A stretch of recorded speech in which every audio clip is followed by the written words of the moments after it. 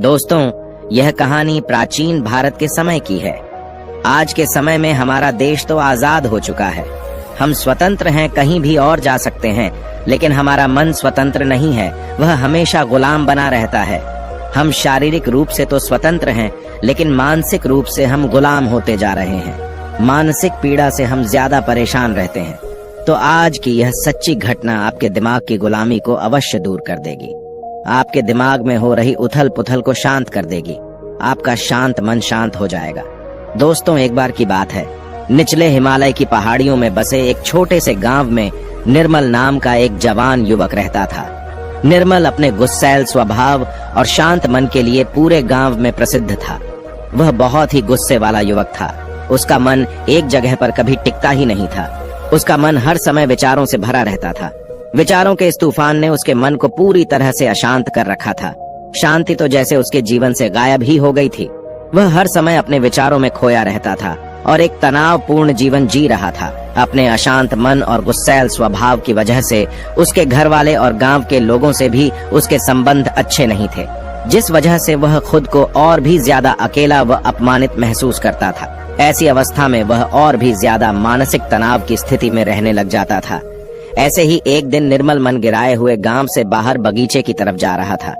उसका किसी से बात करने का मन भी नहीं हो रहा था, क्योंकि वह अपनी जिंदगी से और शांत मन से बहुत ही ज्यादा परेशान था। उसे कुछ भी समझ में नहीं आ रहा था कि अब उसे क्या करना चाहिए। गांव से बाहर बगीचे में वह हर बार की तरह अपने दोस्तों से मिलकर अपनी बातें उन्हें बताया करता था। आज वह उसी बगीचे में गया तो उसके दोस्तों ने पूछा कि निर्मल, आज तुम बहुत ज्यादा ही निराश हो, इतना परेशान हो। क्यों नहीं तुम उस पहाड़ी के पीछे एक आश्रम है, उसमें एक बौद्ध महात्मा रहते हैं, वह बहुत ही ज्ञानी हैं।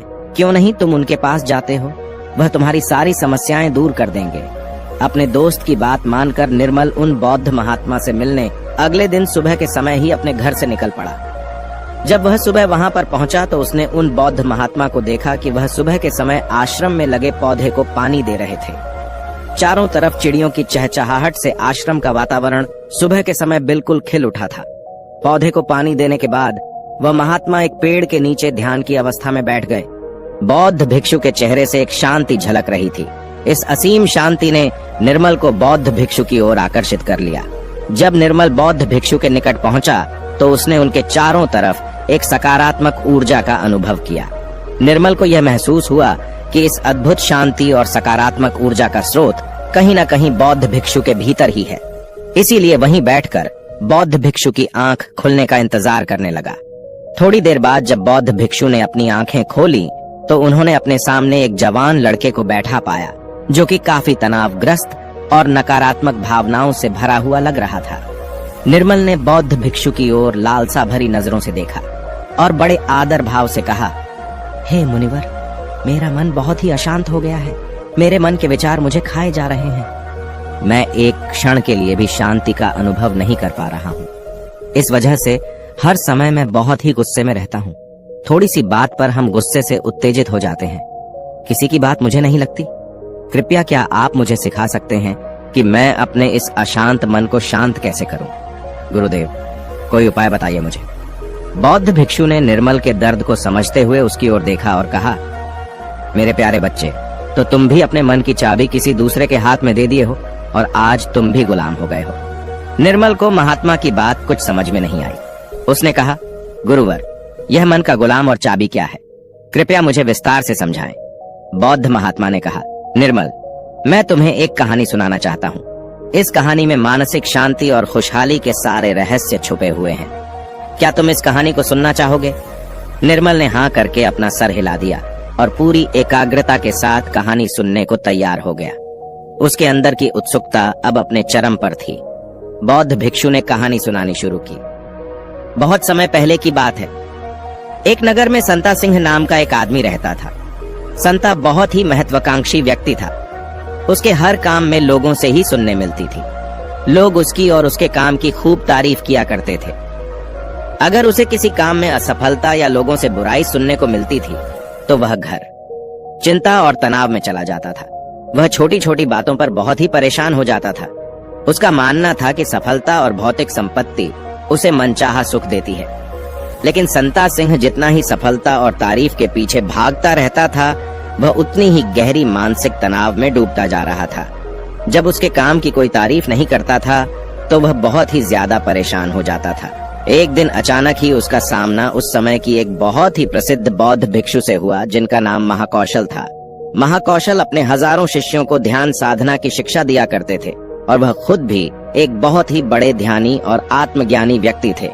महाकौशल की अद्भुत एकाग्रता और स्थिर शांत चित्त से प्रभावित होकर संता ने उन्हें अपनी भटकते मन को शांत करने का तरीका जानना चाहा। संता ने कहा, हे महात्मा, मैं हमेशा सफलता के पीछे भागता रहता हूँ और लगातार और भी अधिक पाने के लिए प्रयास करता रहता हूँ, फिर भी मुझे कोई स्थायी संतोष नहीं मिल पाता।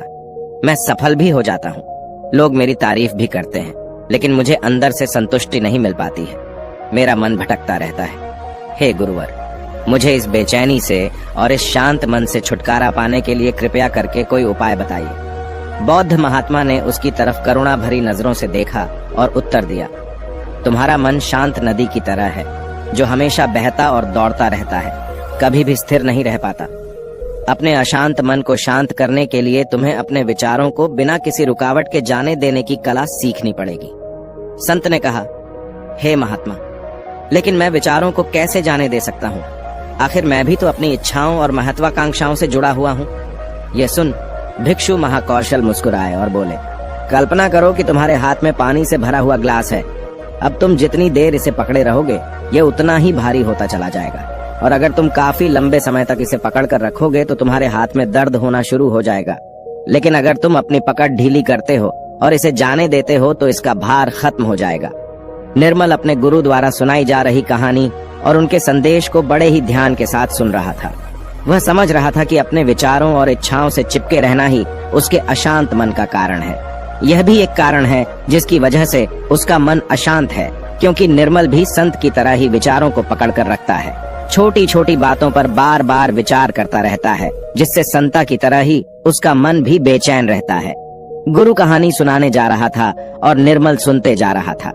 गुरु ने कहा, बौद्ध भिक्षु, महाकौशल की बातें उस संता को बड़े ही अच्छे से समझ में आ रही थी। बौद्ध भिक्षु महाकौशल की सलाह को मानते हुए संत अपने विचारों को जाने देने का अभ्यास करना शुरू कर दिया। वह अपने विचारों और भावनाओं को बिना किसी पूर्व निर्णय के जाने देता। संत के मन में बस विचार आते और थोड़ी देर उसके दिमाग में रहते और फिर चले जाते, क्योंकि वह उन विचारों को अपने दिमाग में बैठने नहीं देता था। जब विचारों को दिमाग में बैठने की कोई जगह नहीं मिलेगी तो विचार खुद ब खुद अपने आप चले जाएंगे। महाकौशल भिक्षु ने कहा, इंसान बेवजह अपने विचारों को अपने दिमाग में बैठने की जगह दे देता है। वह जितना ज्यादा किसी बात पर विचार करेगा, उसके दिमाग पर विचार उतना ही गहरा असर डालता चला जाएगा, अर्थात उतना ही जगह बनाता चला जाएगा। क्योंकि इंसान जितना ज्यादा विचार करेगा, विचार उसके दिमाग में उतना ही ज्यादा जगह बना लेगा, और जब विचार जगह बना लेता है तो वह जल्दी दिमाग से निकलता नहीं है। महाकौशल भिक्षुक ने संता से कहा कि जो चीजें घटित हो चुकी हैं, जो घटनाएं घटित हो चुकी, या जो कुछ तुम्हारी जिंदगी में हो चुका है, तुम्हारे साथ चाहे वह कितना भी बुरा क्यों ना हुआ हो, अगर अब आप उन विचारों को अपने दिमाग में बैठने देंगे, उन पर विचार करेंगे, तो आपका दिमाग कभी भी शांत नहीं रहेगा, क्योंकि जो घटनाएं घटित हो चुकी हैं उसे आप बदल नहीं सकते हैं। चाहे मैं कहूं कि जैसे बारिश हो रही है, यह भी एक घटना ही है। अब बारिश हो चुकी है और हम सोचे न हुई होती तो ज्यादा सही रहता, तो इस बात का कोई मतलब नहीं रह जाता। अब बारिश हो चुकी है, अब तो जो होना था हो गया है। उसी तरह से अगर आपकी भी जिंदगी में कुछ बुरा हो गया हो तो अब वह बुरा तो हो चुका है। अगर आप अब उस बात पर जितना ज्यादा जोर देंगे तो वह आपके दिमाग में उतना ही ज्यादा जगह बनाता चला जाएगा। इसलिए संता, ऐसे समय में अगर आपके दिमाग में बहुत सारे विचार आ रहे हैं, आपके दिमाग को शांत कर दे रहे हैं, तो आप उस पर विचार मत कीजिए। बस उन विचारों को आने दीजिए और उस पर आप ज्यादा सोचिए नहीं। विचार आएंगे और थोड़ी देर बाद चले जाएंगे। जब उन्हें आपके दिमाग में बैठने की जगह नहीं मिलेगी तो खुद ब खुद विचार आपके दिमाग से दूर होते जाएंगे और आप फालतू की बकवास से अपने आप को बचा लेंगे। कई बार कुछ लोग छोटी छोटी बातों पर बहुत ज्यादा ही सोचने लग जाते हैं, फिर वह उतना ही ज्यादा परेशान रहते हैं। महाकौशल भिक्षु ने कहा, संता, अब तुम खुद ही अपने आप को देख लो। तुम यही सोचते हो कि लोग मेरी तारीफ नहीं कर रहे, या जिस दिन तुम्हारे काम की तारीफ हो गई तो उस दिन तुम्हें बहुत ही अच्छा लगता है, लेकिन जिस दिन तुम्हारे काम की तारीफ नहीं हुई तुम्हें बहुत खराब लगता है। अर्थात तुम अपनी जिंदगी की खुशी खुद दूसरे के हाथों में सौंप दिए हो, अपनी खुशी दूसरों के हाथ में सौंप दिए हो। तुम्हें क्या मिल जाएगा अगर कोई तुम्हारी थोड़ी तारीफ भी कर देगा? वह तुम्हें थोड़ी देर के लिए शांति तो जरूर देगा, चंद पलों के लिए, लेकिन उसके बाद तुम फिर अपनी तारीफ पाने के लिए दोबारा से वही काम करने लगोगे। पूरे दिन पूरी रात तुम इसी सोच में बिता देते हो कि मैं कितना बढ़िया काम करूं कि लोग मेरी तारीफ करें, या ऐसा क्या करूं, कितना बड़ा बन जाऊं कि लोग मेरी तारीफ करें। ये विचार तुम्हारे दिमाग में जगह बना बैठा है। इस विचार से तुम हमेशा परेशान रहते हो। तुम्हें अपने दिमाग से इन विचारों को जगह नहीं देना है। अर्थात अगर ऐसे विचार तुम्हारे दिमाग में आए तो तुम उस पर विचार न करो। इस बात की आशा मत रखो कि लोग मेरी तारीफ करेंगे। यही आशा ही तुम्हारे दिमाग को अशांत कर दे रही है। पूरे दिन पूरी इसी सोच में तुम बिता देते हो कि मैं कितना बढ़िया काम करूं कि लोग मेरी तारीफ करें, या ऐसा क्या करूं, कितना बड़ा बन जाऊं कि लोग मेरी तारीफ करें। ऐसा विचार तुम्हारे दिमाग में बैठा है। इस वजह से तुम हमेशा परेशान रहते हो। तुम्हें अपने दिमाग से इन विचारों को जगह नहीं देना है। अर्थात अगर ऐसा विचार तुम्हारे दिमाग में आए तो तुम उस पर विचार न करो। इस बात की आशा मत रखो कि लोग मेरी तारीफ करेंगे। यही आशा ही तुम्हारे दिमाग को शांत कर दे रही है। अशांत मन का यह भी बहुत बड़ा कारण होता है कि किसी से बहुत आशा लगा लेना, किसी से बहुत उम्मीद रखना, क्योंकि उम्मीद रखना भी तुम्हारे मन को एक दिन शांत जरूर कर देगी। जरूरी नहीं कि तुम्हारी हर उम्मीद पूरी हो, और जरूरी यह भी नहीं कि तुमने जिससे उम्मीद लगाया है वह तुम्हारी उम्मीद पर खरा उतरे, क्योंकि उम्मीद एक दिन जरूर टूटती है, और जब उम्मीद टूटेगी तो तुम्हें दुख होगा, तुम्हें बहुत दर्द होगा, तुम्हारा फिर अशांत हो जाएगा, तुम गहरे दुख में डूब जाओगे। इसलिए किसी से बहुत ही उम्मीद मत रखना। तुम अपने लिए जियो, क्योंकि जब तुम खुश रहोगे तो पूरी दुनिया तुम्हें खुश दिखाई नजर आएगी। वह तुम्हारी अपनी खुशी है, इसे तुम अपने हाथों में रखो, क्योंकि इस दुनिया में तुम अकेले आए हो और अकेले ही जाना है, तो अपनी जिंदगी अपने हिसाब से जियो। लोग सबसे ज्यादा इसलिए परेशान रहते हैं क्योंकि वह सोचते हैं कि दुनिया क्या कहेगी, लोग क्या कहेंगे, भविष्य मेरा कैसा होगा, उसने मुझे आज ऐसा कह दिया। यही सब विचार उसके दिमाग में जगह बना लेते हैं, और जब विचार जगह बना लेते हैं, आपके दिमाग में बैठने की जगह उन विचारों को मिल जाती है, तो वे उतनी आसानी से आपके दिमाग से नहीं निकलेंगे। आप कितना भी पूजा पाठ क्यों न कर लें, आपका दिमाग शांत ही रहेगा। संता ने कहा, गुरुवर, मेरे साथ भी ऐसा ही हो रहा है। मैं यही सोचता हूँ कि पूजा पाठ कर लूं तो मेरा दिमाग शांत हो जाए, लेकिन यह शांत होता ही नहीं। जब तक मैं पूजा पाठ करता हूँ तब तक तो मुझे शांति मिल जाती है, लेकिन फिर उसके बाद मेरे दिमाग में वही सब विचार आने लगते हैं। महाकौशल भिक्षुक ने कहा, संत, अपने आप को जागरूक करो, समझो इस बात को कि असली शांति किस तरीके से प्राप्त की जा सकती है।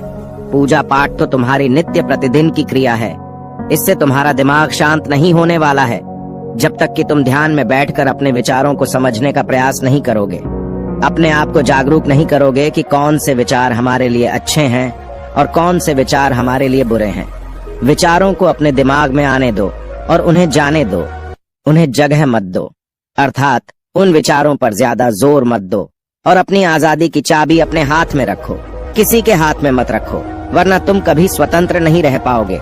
शारीरिक रूप से तो तुम आजाद हो, लेकिन आंतरिक रूप से तुम गुलाम हो। आंतरिक रूप से भी खुश होने का प्रयास करो, आंतरिक रूप से भी खुद को स्वतंत्र रखो। अपने स्वतंत्र होने की चाबी अपने हाथ में रखो। यह दुनिया है, इसका काम है बोलना बोलकर आपको परेशान करना। जितना आप इस बात से परेशान होंगे, लोगों को और मजा आता जाएगा। वे तुम्हें और ज्यादा परेशान करने की कोशिश करेंगे। तुम्हारी आंतरिक स्वतंत्रता रूपी चाबी को वह तुमसे छीनने का प्रयास करेंगे। इसलिए अपनी चाबी किसी को मत दो। इस दुनिया में कुछ भी स्थायी नहीं है, सब कुछ बदलता रहता है। एक समय के बाद सब कुछ बदल जाता है। एक दिन तुम्हारे चाहने भी तुमसे दूर हो जाएंगे, फिर कोई और आएगा। आज तुम यहाँ हो मेरे सामने, कल तुम कहीं और होगे। जब इस दुनिया में कुछ भी स्थायी नहीं है, सब कुछ बदलने वाला है, तो तुम अपने दिमाग में विचारों को क्यों स्थायी जगह दे रहे हो? ऐसे विचारों को क्यों तुम बार बार सोच रहे हो? खुद को स्वतंत्र रखो, अंदर से भी और बाहर से भी। अंदर से स्वतंत्र रखना बहुत ज्यादा जरूरी होता है। महाकौशल की बात सुनकर संता को सब उत्तर मिल चुका था। इधर गुरु ने कहानी का अंत किया और कुछ देर शांत होकर निर्मल से पूछा, निर्मल, कुछ समझ में आया तो? उत्तर मिला कि नहीं, निर्मल तो मानव एक मूर्ति के समान। वह गुरु को एकटक देखता ही जा रहा था। उसके मुख से कुछ भी निकल नहीं रहा था, क्योंकि ऐसी बातें आज से पहले वह कभी किसी के मुख से सुनी नहीं थी, या ऐसी कहानी अपने गुरु के मुख से सुनी कि जो शायद उसे जीवन की सच्चाई बता गई। शायद उसे जीवन का रहस्य भी पता चल गया। वह बिल्कुल मौन हो गया था। कुछ देर बाद निर्मल ने अपनी चुप्पी तोड़ी और कहा, हे गुरुदेव, मेरा कोई प्रश्न नहीं बचा है। अब आपसे विनम्र निवेदन है कि मैं भी आपके साथ इसमें कुछ दिनों के लिए रहना चाहता हूँ। मुझे तो इस दुनिया की काफी सच्चाई पता चल गई और मैं आपके साथ रहकर खुद को भी जानने का प्रयास करूंगा और लोगों को भी इस शब्द के बारे में बताऊंगा, इस रहस्य के बारे में उन्हें भी बताऊंगा।